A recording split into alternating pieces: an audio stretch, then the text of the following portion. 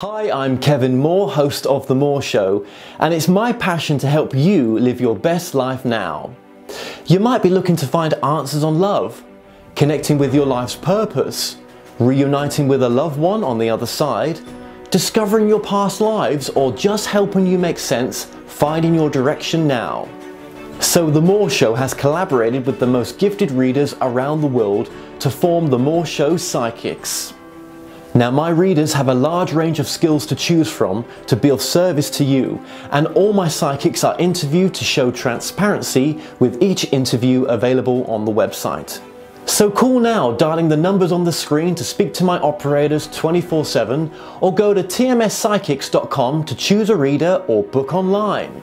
The Moore Show Psychics, helping you transform your present moment into the most loving and happiest it can be. Now, I also offer a full money back guarantee, so what have you got to lose? Empower your life now.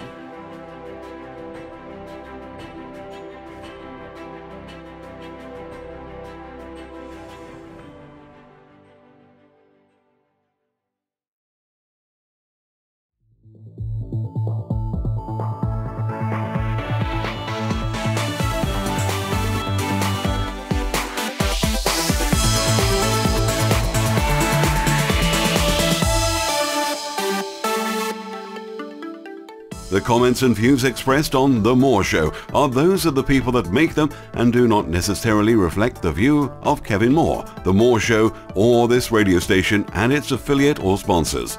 This show is for entertainment purposes only.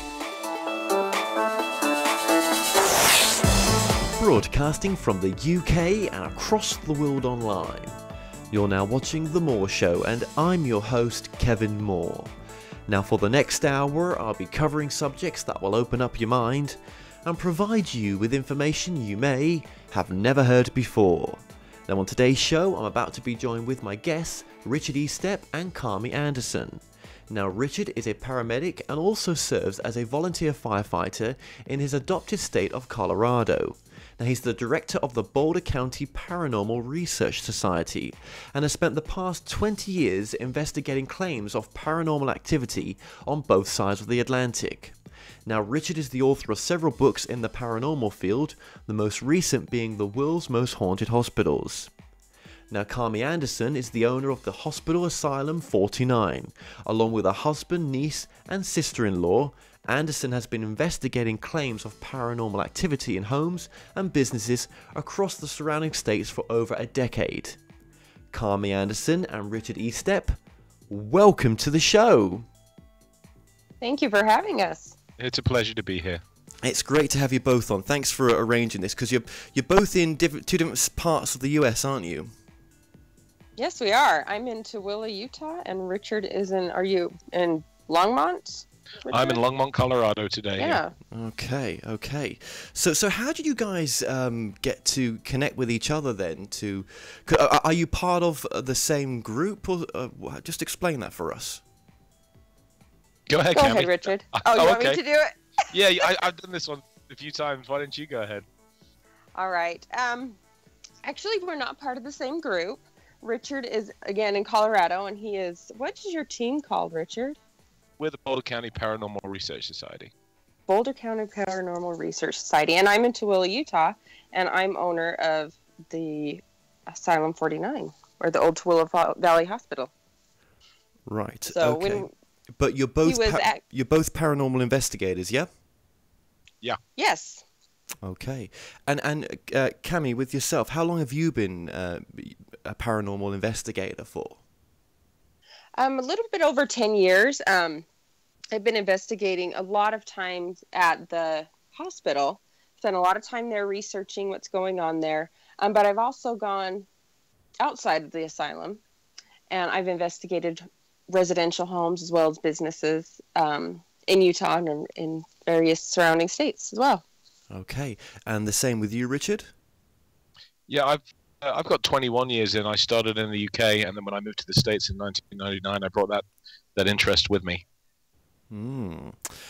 What is it individually? I'll keep with you, Richard, on this one. What are you guys... I almost want to ask you, why are you doing what you do? And what is your truth at this moment? in what you do? So kind of two questions there. Well, I think I can't speak for you, but most people are fascinated with the ultimate question: what happens to us when we die? What are all these reports of ghosts and haunted houses? They're as old as civilization itself. We have ghost stories from the Romans, from the Greeks, truly ancient stories, and we live in a modern 21st century world, don't we, where we like to think we have the answer to pretty much everything. And you don't have to look far to find someone who I think is overly skeptical and will say that this can all be written off as delusion, imagination, hallucination, you name it. There's an easy explanation for it. But once you go to some of these locations, once you investigate and experience some strange things yourself, you realize it's not quite that simple, that there is, I think, a deeper mystery here. And I'm interested in picking away at that deeper mystery, peeling away some of the layers of the onion and seeing what's underneath. So sticking with you, Richard, what is underneath? Let's get to that. What is it that you've now discovered? What is your truth in all this? Let's get to that. Well, I think the first thing I like to discuss is that we talk about ghost hauntings. It's really an umbrella term. We're not talking about one simple phenomenon here. We're talking, I think, about multiple aspects of something larger. So part of what we're dealing with, I think, is the disembodied spirits of people who have passed on. There may well be an interdimensional component to it. There may be a component which involves a natural recording process, the stone tape theory and things like that. So many, many different facets of this unusual phenomenon. And I think that we as a species, people generally, we've always liked to put things in black boxes, if you will. Back in the earliest days of man, we would look at the sky, we would hear thunderstorms, and we would make up stories about the gods, battling in the heavens, because we didn't understand weather. And in many ways, we still are just a more advanced version of that same mindset.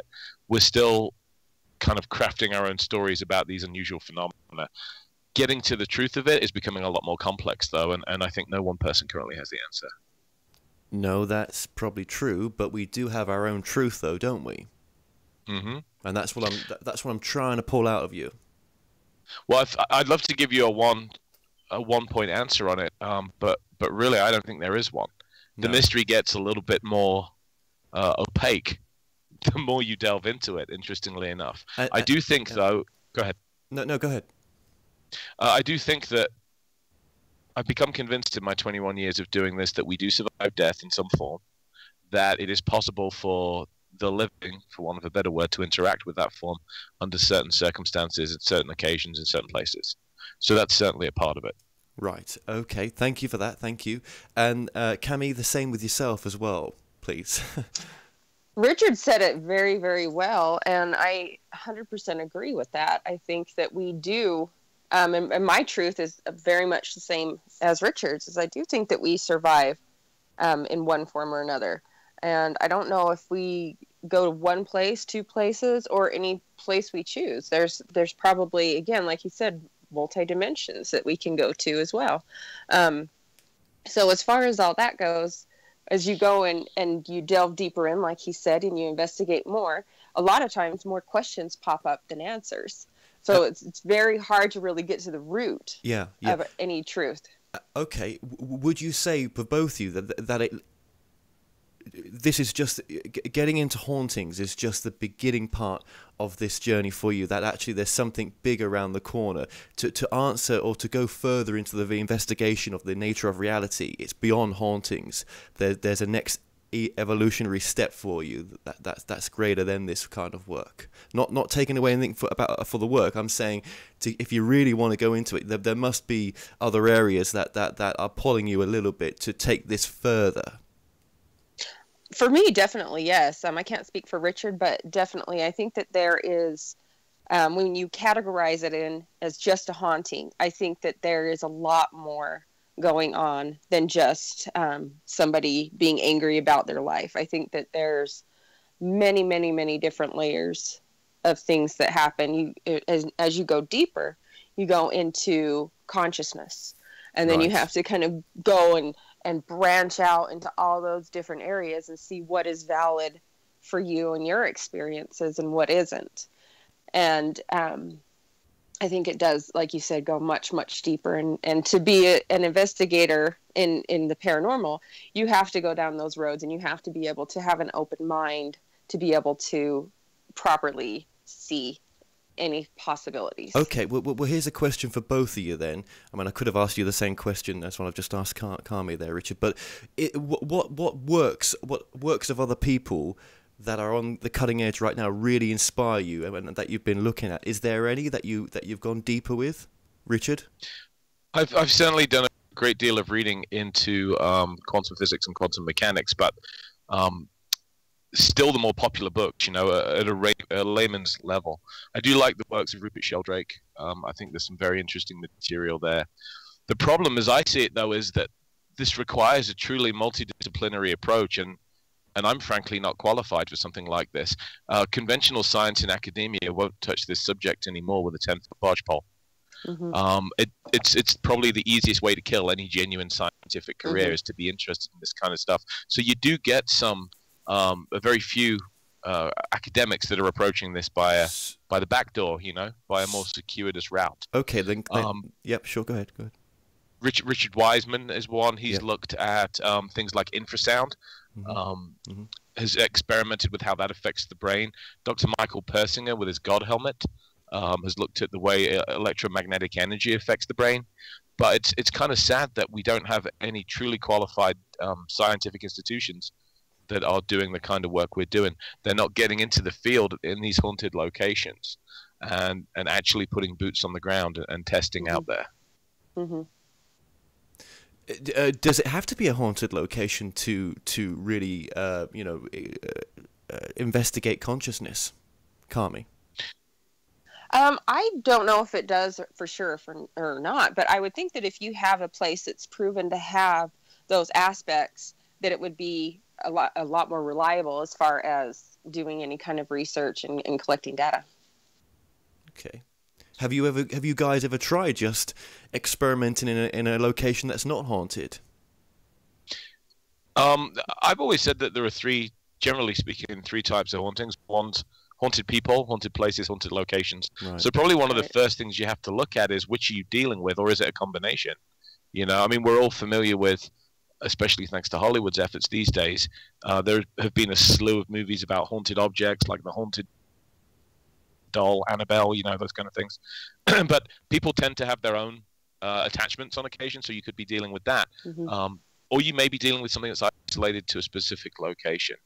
So I don't think I've ever gone to an office block, let's say, in the middle of a major metropolitan city that you would not think was haunted and done any experiments there. Maybe I should. I don't know. I don't know. I just, I mean, for me, this is only my personal opinion, right? That the investigations into hauntings is a beginning stage for anyone to look into this subject. But if you're really going to delve deep into consciousness, actually, you're your own best vessel to maybe mess around with, in a sense. If you want to, look at your intuitive side and yourself channeling or other aspects of mediumship, all answers, I always say, lie within. And there is that aspect of it as well. And I would agree with you. I often get asked, what's the best equipment I should buy? I'm interested in this stuff. Do I buy this device or that device, And you can spend a lot of money on this, I think often fruitlessly. And I've always said that the best quote-unquote ghost detector, I know there's no such thing, but it's a useful term, is the human body. You own it already. The problem with that, though, the converse, especially when it comes down to the research itself, right, is that it's so subjective. It's such a subjective feeling. It's such a, subjective result.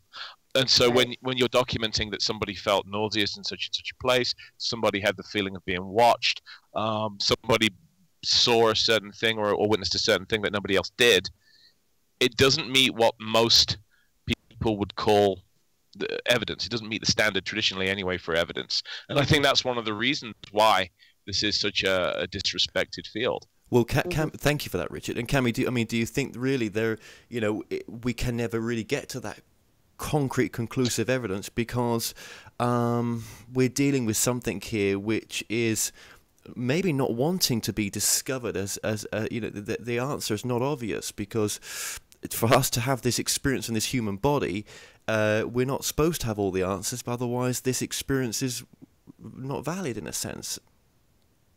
I think that you are definitely onto something, but I don't think that it's impossible. I believe that we just haven't gotten there yet. When you are dealing with science, you have to discover new things.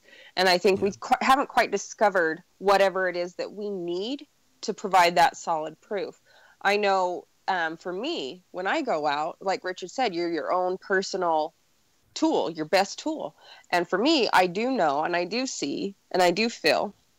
And then I get evidence on, my recorder, or I have personal experiences, cameras, whatever kind of evidence you get with whatever tools you have. Yeah. But when it comes down to it, all of those things have their malfunctions or reasons why people aren't going to believe that evidence.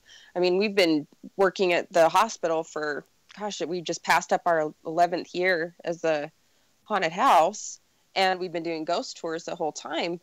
And we still, after all of the evidence that we have, we still can't prove definitively that something exists beyond our world.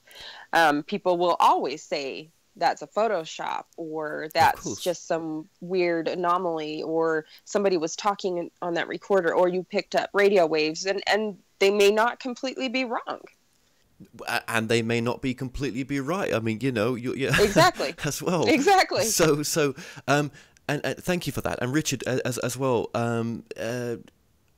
Again, as Cami was saying there, this is you were saying as well that you are your own best measurement for when it comes to this research, and you just no one knowingly goes into this research to make things up, and it's with an open heart, and you have to just trust yourself sometimes that what you're getting through is correct, and that's the hardest part, is to be the clear filter on this, I'm guessing, and also moving this conversation forward, is there other organizations out there that sort of are in the same area but sort of attack each other as well? Does that happen?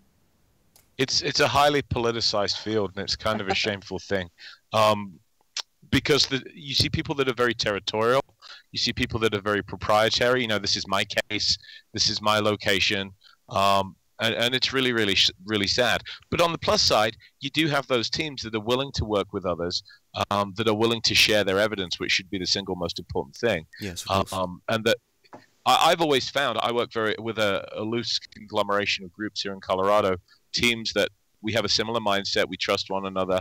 And the truth is that you can never put enough boots on the ground in larger locations. Mm-hmm. If you're investigating a family residence, a private home, you can do that with 4 or 5 investigators, no problem. But a place like Asylum 49, you could put 20 or 25 people in there and still not cover everything you want to. You're forced to be very selective about where and when you go. So cooperation should be the key to this. Unfortunately, it brings out, I think, the lesser parts of some people's natures. Yeah, and the only reason I mention that is just just to put it out there that this is what goes on. I know of other investigation teams in the UK, and it's their truth, they're right, you're wrong, listen to me kind of attitude, and it's like, hang on a minute, guys, let's just let's come together, let's just see that there's different takes on all this, and maybe a lot there's validation in all of them in some respects, yeah. So I would, there's no certainty in life, and this is one thing I've learned though. It's a principle that, as I get older and as I get more experienced in this field, I've come to adopt and embrace. And it is that the more certain you are that you have an explanation for what's going on with the paranormal field, the less inclined I am to want to work with you. Right. Right. Because you see evangelism, don't you? You see people who say, as you said, this is my way, this is the only way, this is the truth. Yeah. As opposed to this is my truth. Honestly, you need to avoid that mindset, I think. And yes, because I know. Anyway, less said about some people, right? But I just wanted to put that out there. Okay, and just remind us, Cami, how you basically in the intro we talk about, you know, that you yourself, partner, and some other people own Asylum 49, and Right. just tell us very, very briefly about the history of Asylum 49 as well. It's construction on Asylum 49 started construction in 1949, and it opened in 1953. It was a community hospital, largely military, and slowly, as the area grew in population, they needed more rooms and a larger hospital. So it was shut down when the new hospital came in. And on part of the hospital side is a nursing home popped up. And about a year later, we came in on a smaller portion of the hospital and put in the haunted house. And we didn't know it was haunted at the time. We just were going to have a haunted house attraction for the Halloween season. And things started happening all around us. We would hear noises and doors opening and closing and voices and having people touch us, things like that. And that just kind of snowballed into where we are now. Okay, thank you for that. And Richard, do you think... okay, actually, here's an interesting question. In the ghostly happenings that are going on right in this asylum, yeah, is everyone, connecting or feeling the same presence of the spirit that's attacking one person the same as another? Do you know what I mean? So if I go in there, am I gonna come across the guardian, or is it just certain people that presence is attracted to? Well, I think it... Oh, go ahead, Richard. no, Cami, you're far more qualified to answer it because you lived there. Oh, I don't know if I'm more qualified. But they actually are attracted to a lot of different people. You're not going to experience every single one unless you go looking for them. But where we have done a lot of research, gotten a lot of names, and are friendly or know of the people that are there still haunting the place, you can go out, call them by name, and have interactions with them.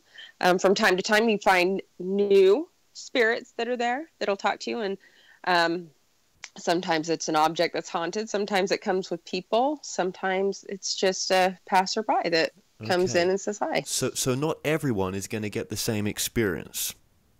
Oh, never. I mean, not with anything that you do, though, really. Well, everybody has different perceptions as well. So that's interesting, isn't it? It's almost like, this is just, I'm pointing this out, that there's an attraction to certain people, not to others. And why is that, I wonder? Well, that's kind of the holy grail question, isn't it? Mm-hmm. We still don't know how people see or perceive ghosts, let alone why. But for sure, it depends upon mindset. I think it depends upon circumstance. The worst way, so the history of paranormal literature teaches us, to see a ghost is to try.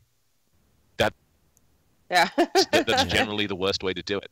And if you look at the state of mind or the circumstances of most ghost sightings or ghost experiences, people are not thinking about ghosts in the paranormal for the most part actively. They're thinking about something else.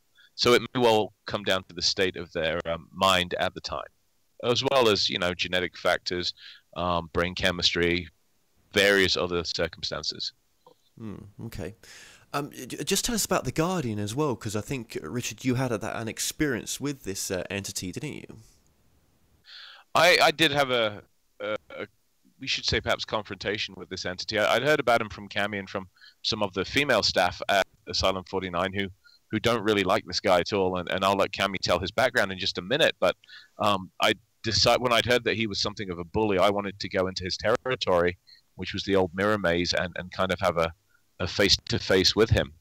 And we heard his footsteps stomping around there in the darkness when we were locked into the hotel. So there was nobody else in the building with us, nobody in there that could have been doing this, stomping around. And it was kind of an interesting experience, to be sure.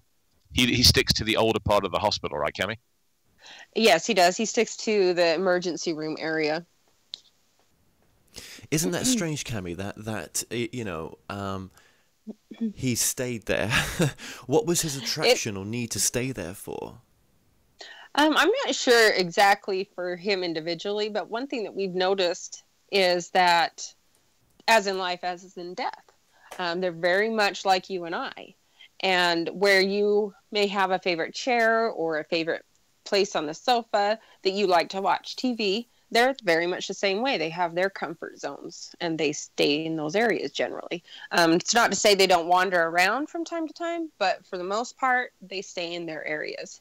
So this is, as some researchers may class it, a lower astral entity, as in they've not, moved on to a higher astral level. They're sort of, they've left their body and they weren't prepared for passing on, or they can't. They are, and they've chosen to remain for whatever reason. But do you think to them that they are able to create a reality in the same space as we would see garbage? They're able to create a reality of maybe the way the place used to be, because when you cross on, the one thing I hear from a lot of people who've had near-death experiences, and also that, as such, is that you get to create your own reality when you pass on, just like we create our reality in this dimension, but obviously, it's different in the dimension that we cross over to. Well, I can't say for sure because I've never had those experiences, No. but but I would say that it's definitely possible. And I've had my own experiences where I've been walking down the halls at the hospital, as an example, and I've heard somebody say, step aside, and you can hear gurney wheels rolling down the hallway as well. So for that particular person, either it was a recording in time, or it was somebody who still saw the hospital as an operating, was still doing their jobs, and were still saving people. But they did see us. So that was kind of one of those things that puts us in the, well, I don't know if it was a residual thing, but surely, or if it was somebody who was conscious. Yeah, I mean, if I'm pushing a gurney down a dilapidated hallway, I'm going to be thinking, well, hang on, what happened? Did the painters and decorators not turn up yesterday? There's something. Well, it could be that they have it. They see it the way that they remember it. Well, that's what I'm trying to get to. Yeah. Yeah. So it could be that they just create whatever's in their mind. That's what they see. I mean, there's so many different possibilities down this road. Have you been able to ask them these questions? If you can communicate with them, have you been able to ask them deeper questions than just who you are, but deeper questions on the nature of reality? Yeah, we do ask some of them, and you don't, as you know, as a paranormal investigator, you don't always get the answers that you want. But it's very, very rare that they tell us anything of any significance about the other side. Very, very rare. A lot of times they'll talk about their own life. They'll talk about you and the people around you. They'll tell you how they're feeling at the moment a lot of times. But very rare do they do that. And some of them have said that they're a doctor and they're working, get out of the way. They have said that before. So it's a possibility that everybody experiences the afterlife different when they're in a situation like the hospital, if they're spirited at a hospital, or for example. And let's just get this right. We that location. I'll go to Richard with this. That location is pretty active because of obviously 50 years of people passing through that location in a sense. Well, yeah, and you see that with a lot of hospitals. It's the reason I was able to write a book called The World's Most Haunted Hospitals. You see it with a lot of old asylums and healthcare facilities, and it's not difficult to see why when you consider the amount of emotional energy, both good and bad, that will have seeped into those walls over those decades. It would be remarkable, I think, if something didn't remain behind. Plus, the other component to this, the thing that makes Asylum 49 so active, in my opinion, is that you have this additional factor every autumn or fall, depending on which side of the Atlantic you're on.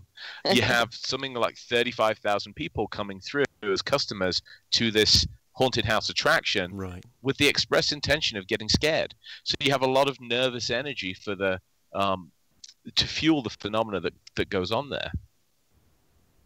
Yeah, well, that will add to it, won't it? Most definitely. God, it's so difficult. We can't even try to put this in any boxes, can we? Or try to neatly, package it. It's just the evidence of what it is, isn't it? And it's difficult to correlate the evidence to. Well, no, it's not difficult to what other researchers have said about, that are in the field of researching consciousness. A lot of people do say that that yeah, sometimes we can choose to remain behind, but is that us fully being present in that? Is it many aspects of us? Is there many aspects of us? Part of an aspect that's crossed over, part of an aspect that's left over here, part of an aspect doing something else, multiple aspects of the same person, so that for the soul to have as much experience as it can do. I suspect there's an element of choice. The weekends I work as a ghost tour guide at the Haunted Stanley Hotel, which was the inspiration for Stephen King's The Shining. And the fourth floor of the hotel is haunted almost exclusively by children, which is where the same floor that the children would have lived during their lifetime. Now, what's fascinating is that the hotel has looked at its records very closely, and there is not one single instance of a child dying in the hotel on record, not one. So why would there be this very interactive, childlike activity going on there today? Well, and the best theory Go ahead. No, go ahead, please. Well, the best theory I've heard as to why that would be the case comes from a friend of mine called Aidan Sinclair. And he posits the fact that when the hotel first opened in 1909, there was no Disneyland, no Disney World, no theme parks. Children spent those long, perfect, idyllic summers up in the mountains at hotels like that. And we can all remember, can't we, those kind of school holiday summers where you get just weeks and weeks and weeks to play and be a kid. You know, I think it's as close to heaven on earth as a lot of people ever got. And so he speculates that perhaps some of these people, once they've passed on, have returned or continue to return, or have left a part of themselves behind in some way in this place where they were so fantastically happy. Yeah, absolutely. And Karma, you could go with that as well, couldn't you? I can, yes. Yeah. And Karma, in respects, as Richard, when we talk about the kids in the asylum, how many people have come across children in the asylum? Is it quite a lot? Yeah. Yeah, pretty much everybody. They're actually some of the most vocal people that we have at the hospital. Whether you hear them singing or saying hi or calling for their mothers, or just interacting with you and giggling and playing along, people generally experience the kids. Okay. Now, I'm just thinking here as well. You just think of the amount of people that have come to the end of life at that hospital as well, or had end-of-life care there, or whatever it is. I wonder if that's one of the reasons for some of the apparitions that are seen at the asylum. It very well could be. I think that there's a little bit of everything at the hospital. There was, as Richard said, we have a maternity ward, so there is the more joyous occasions where there's a birth in the family, a new baby, and then on the other end of the hospital, there's the emergency room where you have people who are injured and sick and dying, and then you also bring into the whole mix a nursing home where we have hospice care, we have Alzheimer's unit, we have the physical therapy, and then long-term care. So you have so much going on in the hospital, past and present. And then again, add in the haunted house attraction and then the ghost tours where people are coming in and intently talking to all these people that are still there. It's just a huge magnet, I think, for any energy. Right, absolutely. And Richard, in the case of evidence collecting as well, EVPs, is that something you rely on or use quite a bit, or is it? What do you think of the electronic voice phenomena? Very much so. I think that we've seen some amazing EVPs out of Asylum 49, not just gathered by myself, but primarily by the people that live, work, and investigate there over the years. I think that we've had EVPs ever since Constantine Rowdy started running his tape recorder, trying to capture birdsong, and they've never really left us. And of course, some people would like to say, oh, they're stray cell phone signals or radio waves. Well, the Pi Electronics company recorded EVPs inside a Faraday cage. So plainly that doesn't explain all of them. And best of all, when they seem to be somewhat interactive, when they seem to answer your questions, it's a fascinating way of trying to establish a dialogue with whatever entity is in the location you're at. That's incredible. That's incredible, and thank you for that, Richard. And Cami, in regards when you've connected with a spirit that's present, where at the Asylum 49, are they aware of what year it currently is, or to them do they feel that it's in the past where they last were? It seems like they actually don't know.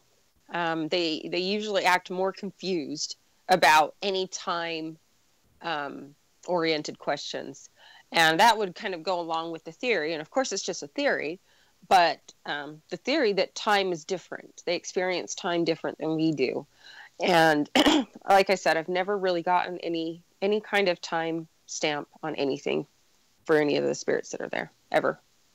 So I'm not really sure. No, that's okay. That's okay. Have you both? I mean, has there ever been a time when an entity or spirit has moved on, when communication has been made, and they've realised, oh, hang on a minute, yeah, I don't need to be here. I can move on.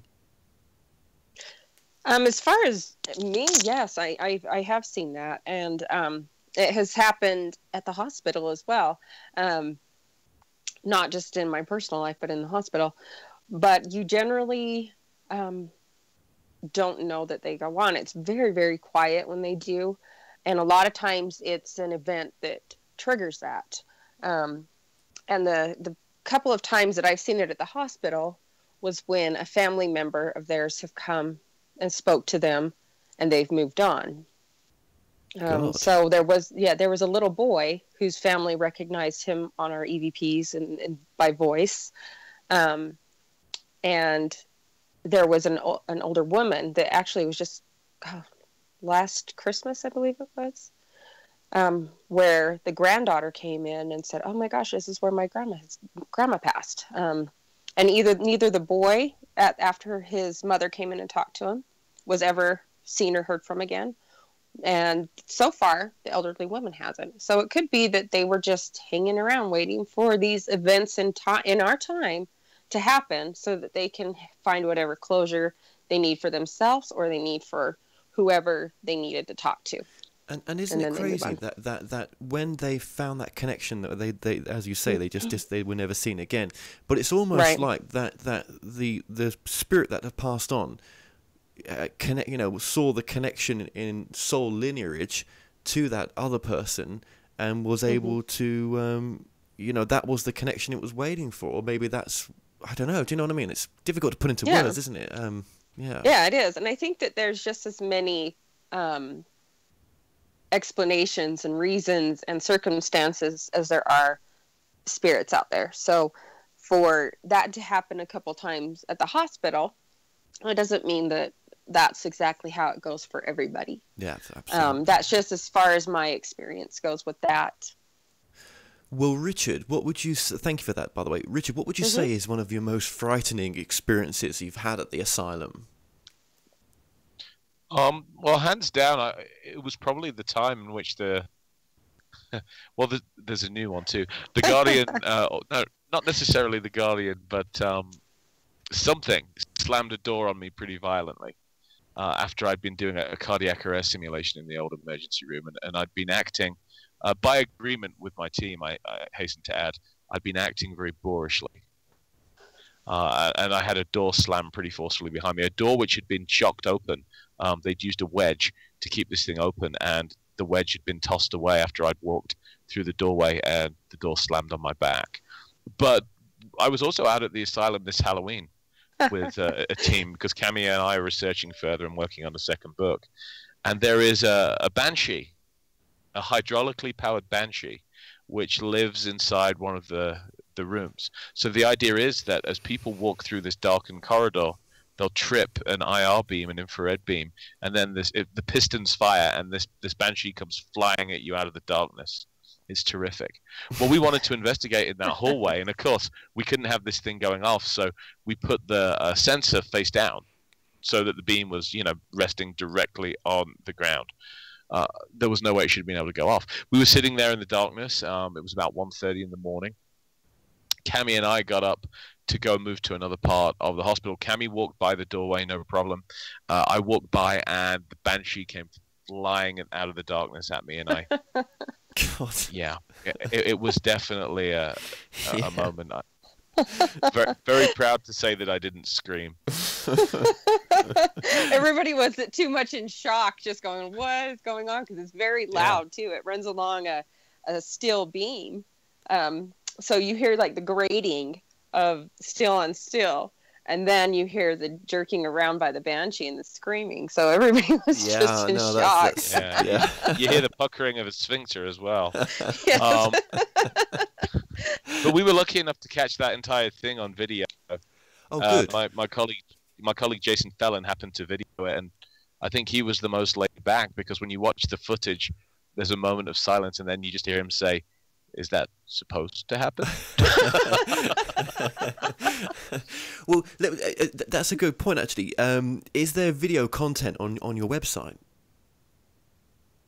You can see a lot of stuff Yeah. at the Asylum 49 site, right, Cami? Yes, you can. You can see that. And you can also just, if you Google Asylum 49 or the Old Tooele Valley Hospital, you'll see all kind of things pop up from different teams that have come, private individuals that have come to investigate. You'll just see all kind of stuff, as well as on the website, www.asylum49.com. Absolutely. And, and this isn't just a sort of Halloween thing, right? This is, we're taping this very close to Christmas right now. And it's still, as I, doing a little bit of research for it, I always find it fascinating no matter when it is. I mean, this is active 24/7, isn't it, in one respect? It is. I think that we have more personal experiences during the haunted house season. I mean, you see more, and definitely more of the things that I've experienced are more intense during the Halloween time. But throughout the whole year, it is active, and you can get evidence and interact with them. Right, yeah. Which just goes to show, there's something greater going on here, most definitely. And with yourself, Cami, what would you say was your most sort of, horrifying or scary experience? Oh my goodness, there's just so many experiences. Yeah, probably the most scary happened probably a couple years ago, maybe last season, when we were building the haunted house attraction sets. And I was in one of the areas. We have these big black plastic mazes, and what they're made of is long sheets of plastic, and we cut them up into streamers. So we'll hang them all in sheets and then cut up to make the streamers. And I was cutting up to make the streamers in one of these mazes, and I felt something on my back. Somebody was touching my back, and I thought, oh, okay, well, I know it's haunted. I've been around this place for a while, so I know it's haunted, and that kind of thing happens frequently. So you just kind of tune it out and recognize, oh, somebody's here, and I'm just going to keep doing what I'm doing, and they'll do what they do. And as I was going on, the pressure started getting more intense on my back when somebody would touch me. And before I knew it, there was somebody on both sides of me, kind of doing like pushing me side to side, kind of like a London Bridge between the plastic sheets. And it was a little bit frightening. First of all, because I was being pushed, and I've never been physically touched in that manner like that by a spirit at the hospital. And next, because my son walked in right after that, and he was scared after seeing what was going on too. So, yeah, as far as that goes, that's definitely probably one of my more scary moments at Asylum. We appreciate you sharing that with us.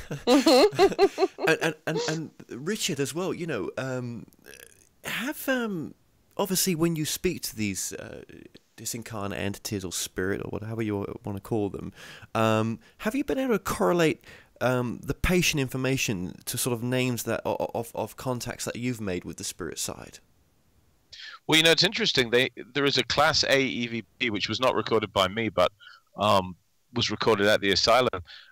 And they recorded the name of a gentleman who worked their first name and last name very, very clearly. And you can hear that if you go to the Asylum 49 website. Cami, that's Peter Hansford, correct? Correct. And he is actually in our x-ray room. And as we went and did further research into his name, we found out that he was, in fact, a radiology tech. And he was very, very happy where he was He loved doing his job. He loved interacting with the people. He loved helping out and getting those pictures and helping people get better. But it was interesting because he didn't die out in Tooele. He died we're kind of off the main city here in Utah. Okay. So we're a smaller town.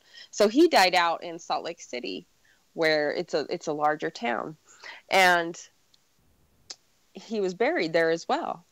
But we were able to talk to some of his family members, and they say he loved his job very much.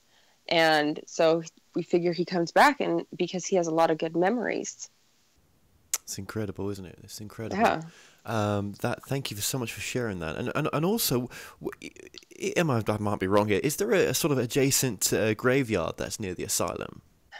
Yes, it is. It's right next door. It's next door, is it? Right. Yes. Wow.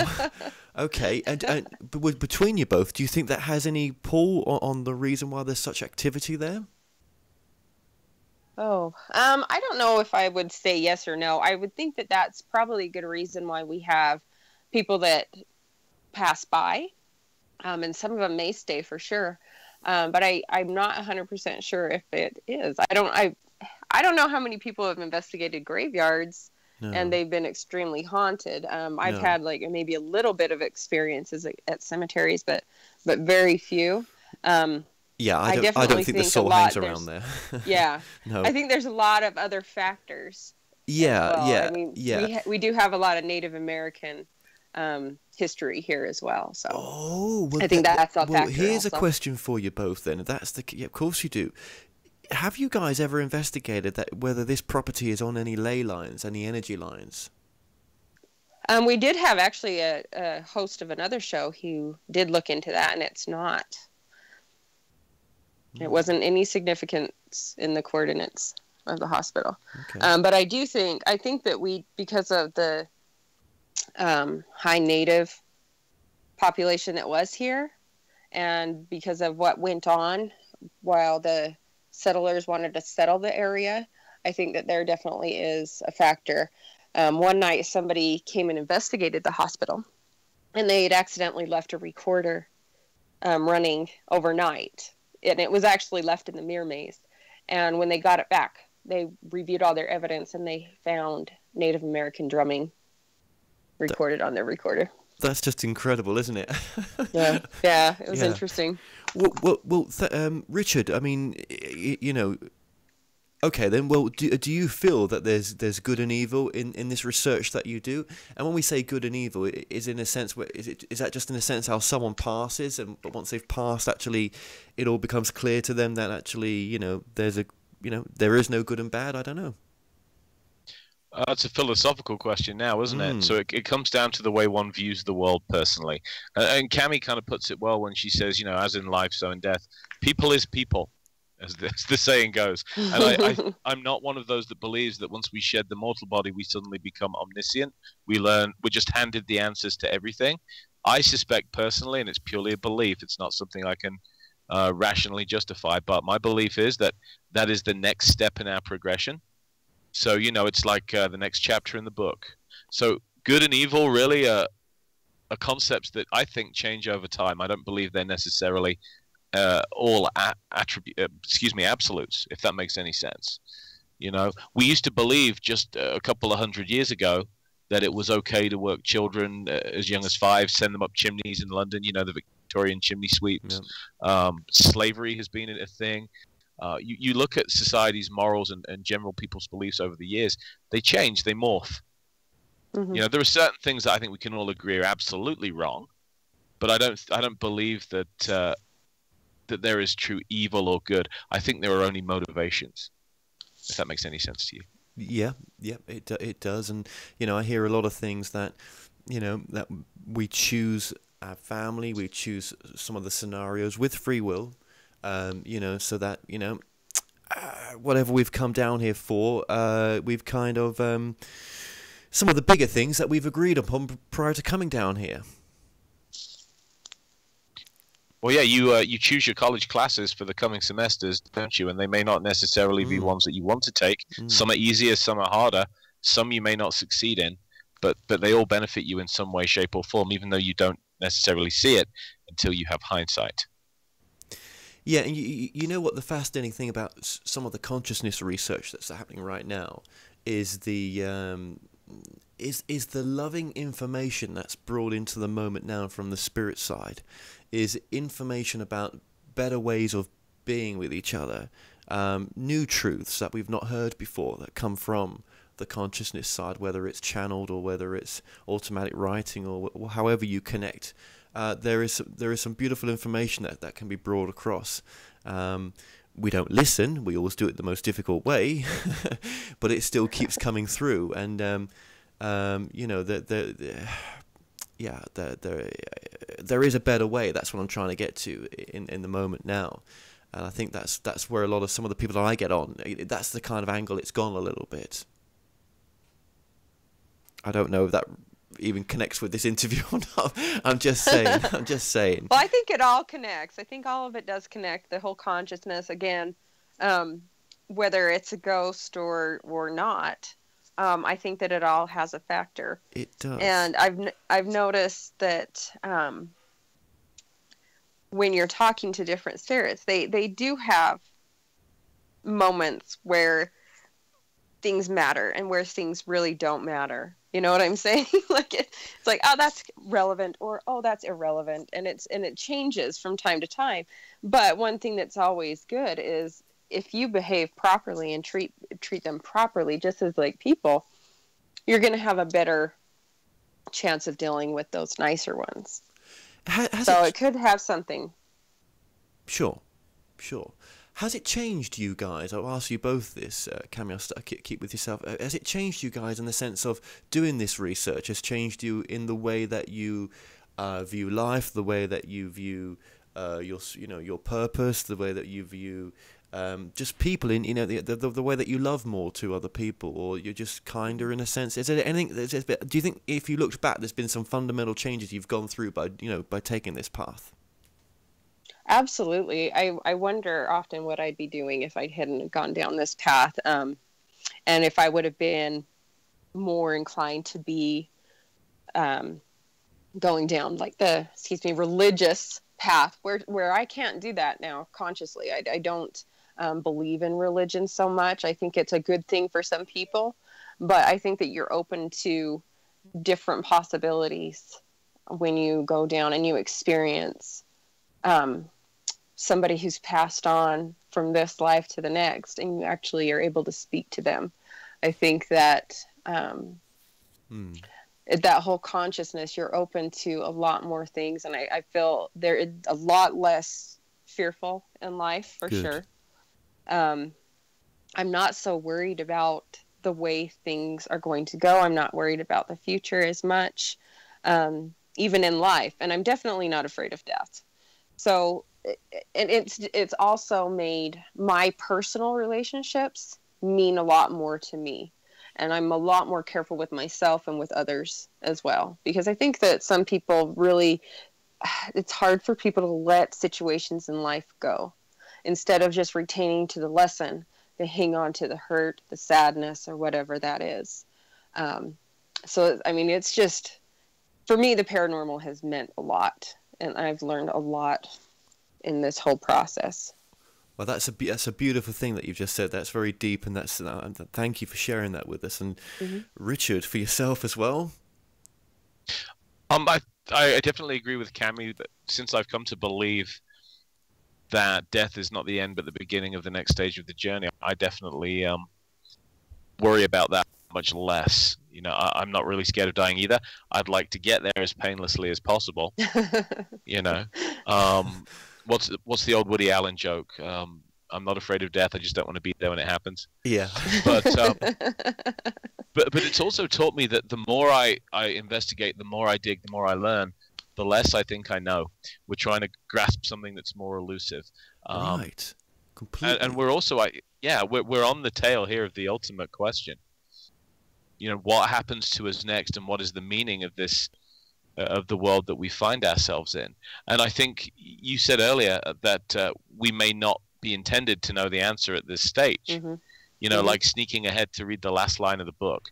But I think humans are inherently curious, and I think it's part of our personal spiritual growth that we like to ask questions, even though they may never get answered.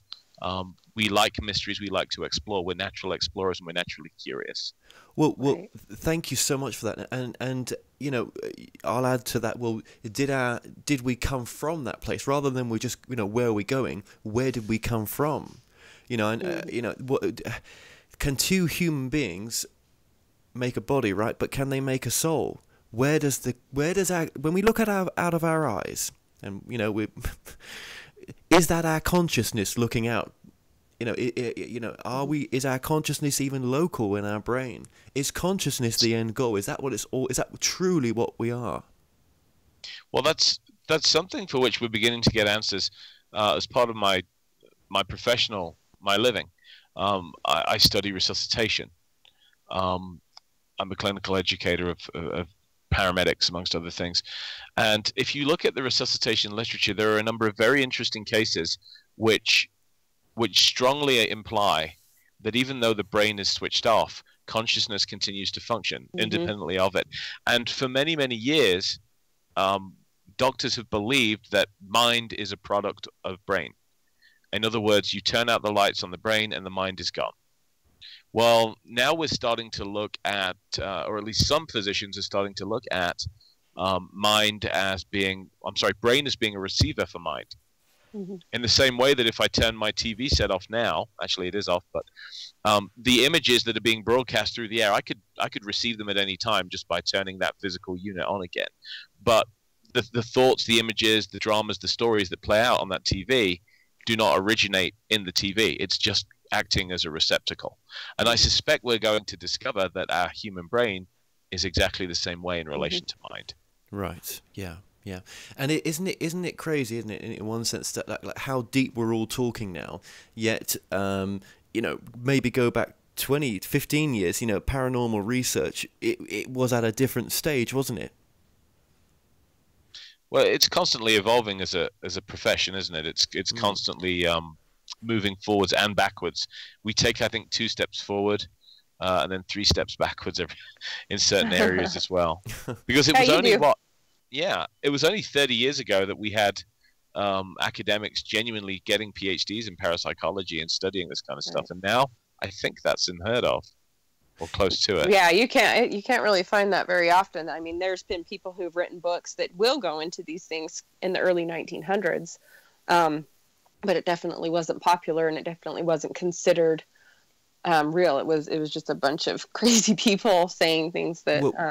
Well, yeah, but people didn't understand. Do you know what's so important about this work now, about consciousness in a sense, is this a key for us as a humanity to come together? Is this our key for a more peaceful living? Is this our key for answers that we haven't found in religion and we haven't found in philosophy, or, you know, just even logic? Is there something greater and an answer that's out there that's elusive because it's supposed to be, but the answer's there, of a better way of living in the moment now? Well, that's a great question. By looking into these subjects I'm talking about, yeah. Yeah. Oh, I definitely think so for me. But people also on an individual basis have to be open to it, have to be willing to, I think mostly they have to be willing to let go of things that plague them, or their rights and their wrongs, or who is right and who is wrong. I think that's one of the bigger things that people really need to let go. Okay. And that's an individual, you know, I think individually, because everybody's perceptions are so different. Even if you had the same experience, everybody's going to view it differently. Absolutely. Right. We're so at the end here right now. Both your websites, please, because you've both got individual websites. Is that right? Yes, go to asylum49.com or www.asylum49.com to be more about the hospital and the spirits there. And come along, see me at richardestep.net. Excellent. Okay, well, those 2 websites have been coming up on the screen along with your books throughout this interview as well. I really want to, one final thing, guys, just individually as well. What would you say is the most, for yourself, Richard, first, the most important message in the work that you do right now? As far as, go ahead, Richard. I was going to say, don't believe everything you hear. don't believe dogma. Ask, investigate, ask your own questions, develop your own philosophy. Ignore the so-called experts, including me, because you can't throw a rock in this field without hitting a so-called expert. But the truth of it is that you can do good research yourself. You can delve into this with very minimal equipment if you have a good mindset and a good research methodology, and let it kind of open your eyes to there being a bigger picture that may change the way you look at the world and the universe. Absolutely. I agree with everything Richard said, and I will add, stay open to any possibility. Okay. Well, Richard and Cami, I just want to say thank you both so much for joining us today. I'm sure there was questions that we've left out that afterwards we'll be like, why didn't I ask that? But it's been so enjoyable having you both on, and I wish you just all the best, both of you, for 2017 as well. Thank you very much. Thank you. Well, we've come to an end on tonight's show. Don't forget that you can listen and watch all our past interviews on the More Show's official YouTube channel. Remember to subscribe to our YouTube channel for new daily shows. You may also find out more on all past and upcoming guests on the show via themoreshow.com, and do like us on Facebook and Twitter for the latest updates. So until next time, be safe.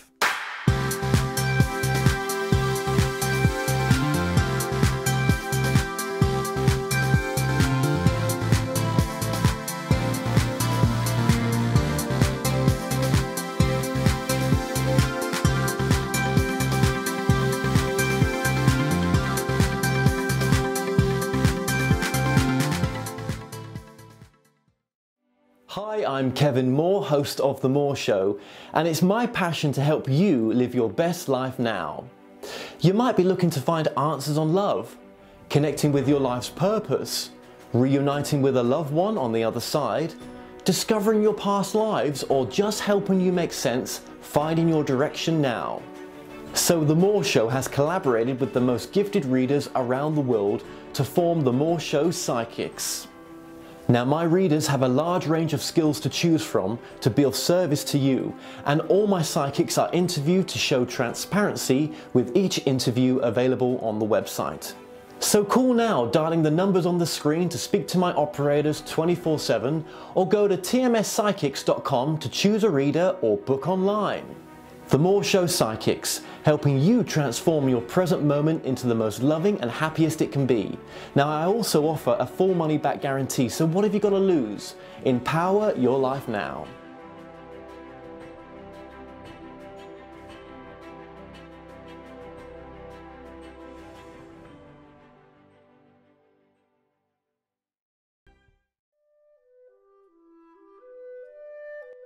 Established over 100 years ago, Watkins Books is one of the world's oldest and leading independent bookshops, specializing in esoterica. We have the widest selection of esoteric books in the UK, and our friendly and knowledgeable staff are here to assist you in a unique ambience of our shop. So come and visit us in the heart of London, as we're open every day.